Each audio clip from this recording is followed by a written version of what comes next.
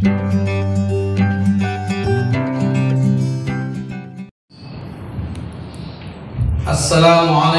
warahmatullahi wabarakatuh. Waalaikumsalam warahmatullahi wabarakatuh.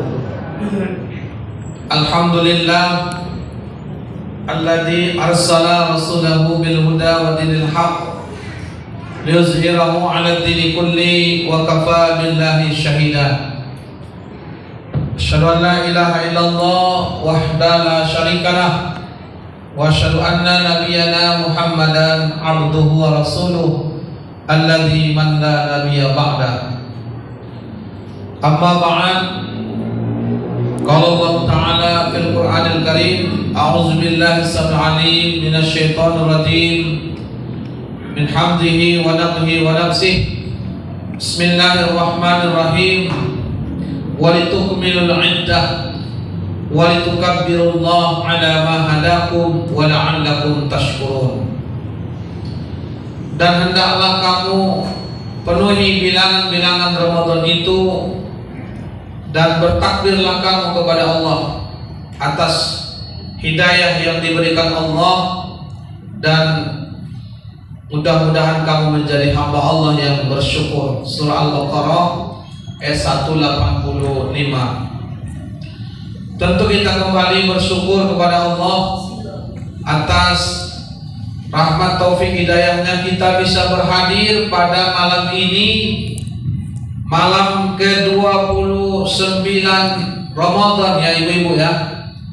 Artinya kita sudah berada di penghujung Ramadan.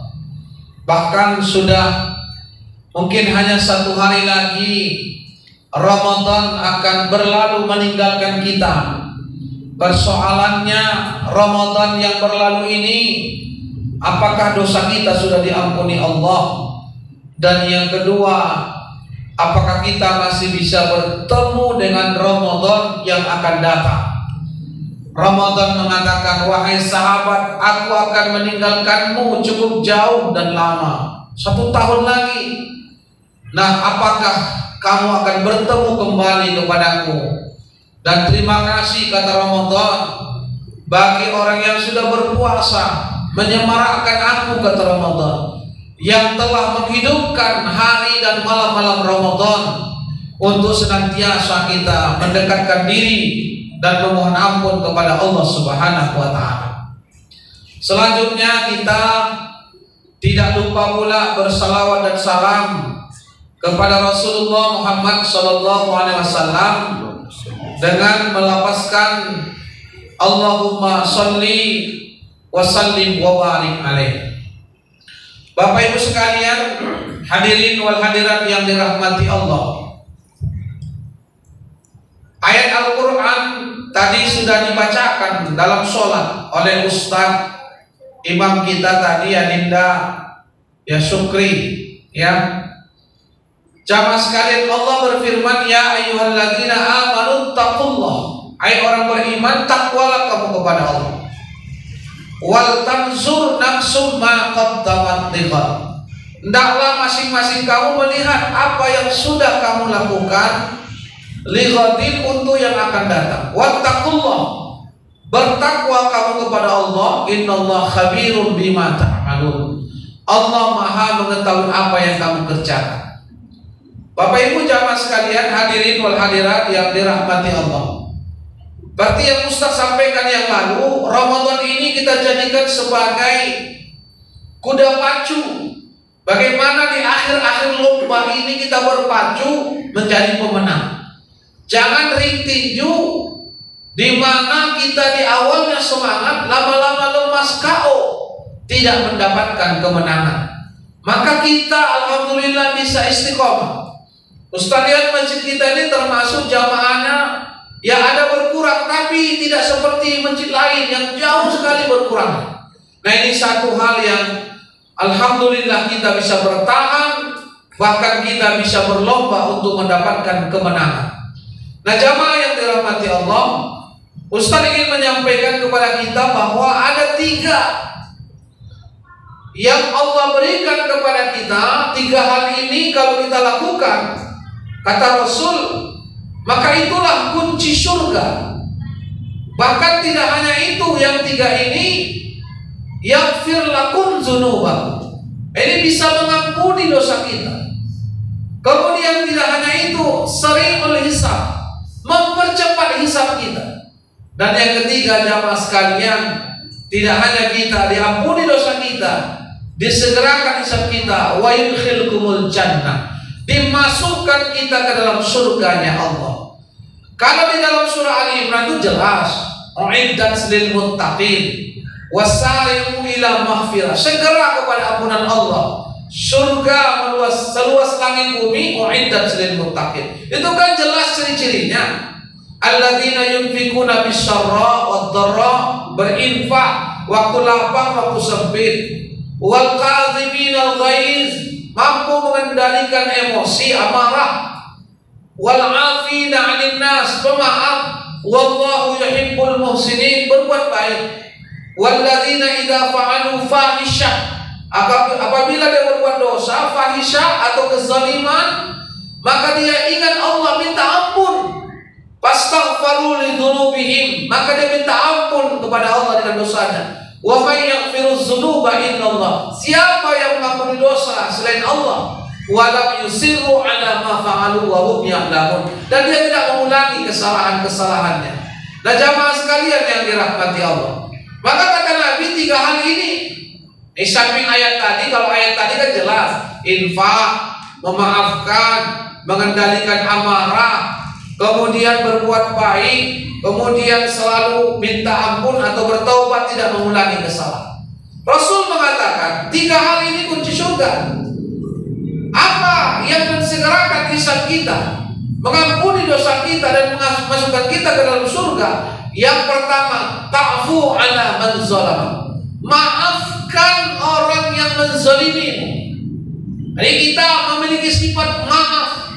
Bagaimana ada orang yang menzalimi kita, kita maafkan kezalimannya. Ini yang luar biasa. Maka jamaah sekalian yang dirahmati Allah, kalau misalnya ini, mohon maaf ya, kalau misalnya orang berbuat zalim, kita balas kezaliman, itu sama saja, berarti kita selevel. Tapi ada orang yang berbuat zalim, kita maafkan kezalimannya. Ini yang luar biasa. Bagaimana bisa? Wah sekalian, kalau kita berbuat baik kepada orang yang berbuat baik, itu biasa. Ini Adinda Sukri baik sama Ustaz, Ustaz baik. Ayah Anda Alimin baik sama Ustaz, itu biasa.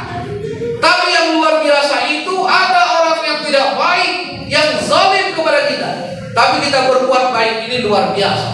Jadi kita jangan jadi orang yang biasa, tapi bagaimana kita menjadi orang yang luar biasa. Ta'fu ala man zalama, maafkan orang yang menzalimimu, walaupun kadang terasa berat, walaupun kadang masih sakit di sini Ustaz. Jadi kalau ibarat lagu itu kan sakitnya tuh di sini katanya. Masih sakit Ustaz, belum bisa memaafkan, maafkan saja, serahkan kepada Allah. Wa ila rabbika fasbir, kepada Tuhanmu bersabarlah. Ada satu kisah tentang memaafkan ini. Bahkan jamaah sekalian yang dirahmati Allah, kisah ini sangat masyhur sekali, sahih. Jadi Rasulullah ada satu pasal ketika Rasul itu mau berangkat kerja, itu ada orang Yahudi buta, udah tua, disuapi Nabi, besok disuapi tiap hari gitu.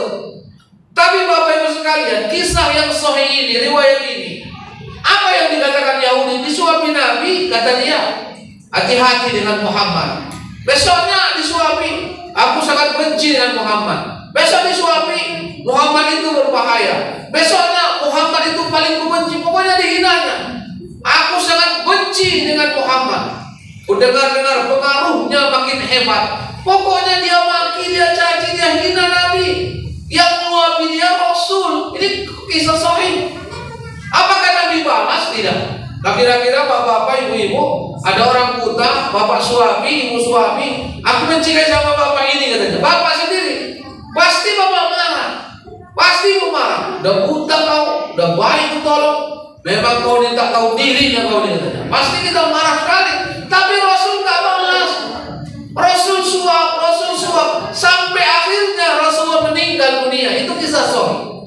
Ketika Rasulullah meninggal dimandikan, dikafani, disolatkan. Siapa pengganti Rasul? Abu Bakar. Maka Abu Bakar bertanya kepada putrinya Aisyah, wahai Aisyah, istri Rasulullah. Kan ada lagi itu kan, Aisyah putri Abu Bakar, ya kan, istri Rasulullah. Itu ada lagu Aisyah itu, terkenal kali itu, viral itu, ya kan, ya.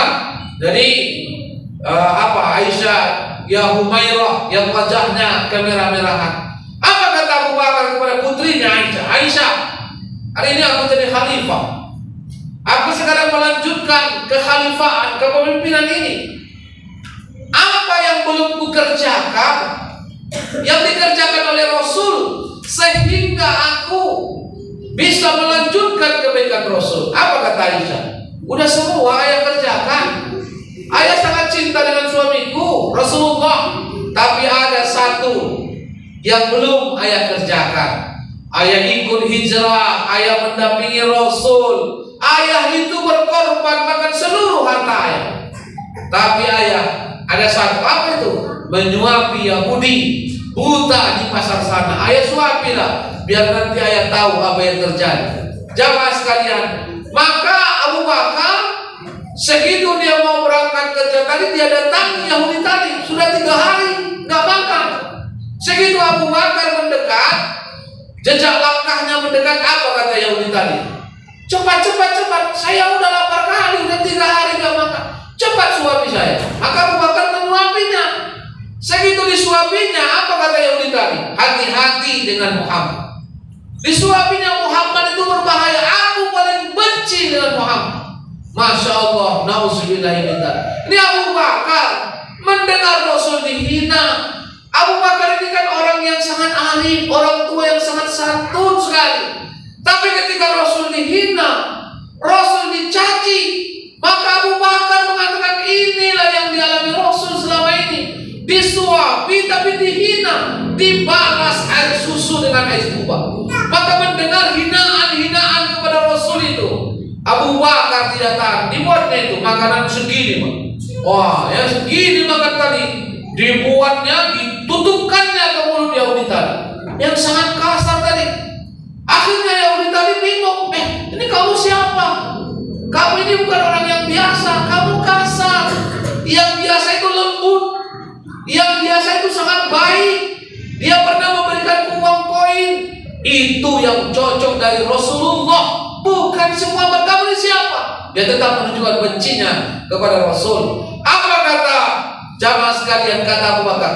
Yang biasa menyuapimu udah meninggal dunia. 3 hari lalu udah meninggal dunia. Apa kata Yahudi tadi? Kok meninggal orang sebaik itu?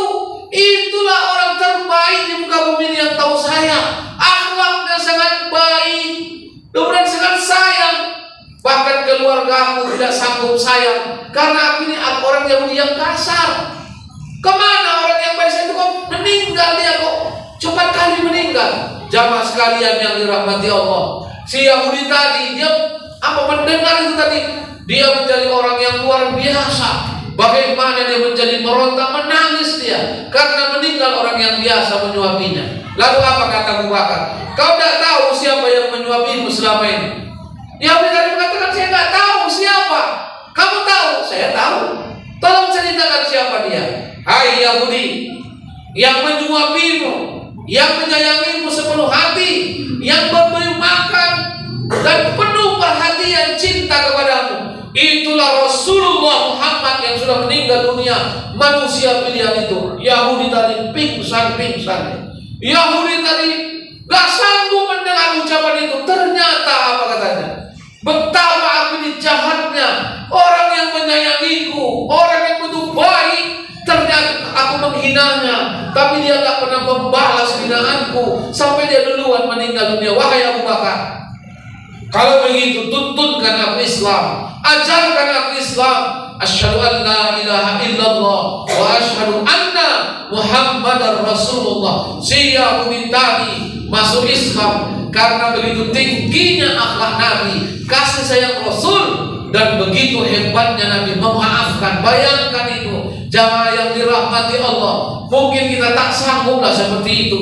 Orang yang sudah kita berbuat baik, kita tolong, dicaci, dimakinya kita, pasti kita akan marah, pasti kita kita balas atau paling tidak kita boikot dia. Kamu orang yang pandai berterima kasih, pergi kau dari sini. Tapi jamaah sekalian, Rasulullah begitu hebatnya akhlaknya. Inilah sikap maaf, inilah akhlak yang mulia, tanpa dendam, tanpa benci. Nah inilah yang perlu kita lakukan. Apalagi menyambut Idul Fitrah, hari kemenangan, hari suci ini. Maka jamaah sekalian, jadikan diri kita menjadi pribadi yang memiliki akhlakul karimah, memiliki kemuliaan sifat maaf, sehingga jamaah sekalian kita tidak sampai menjadi orang-orang yang buruk akhlak kita.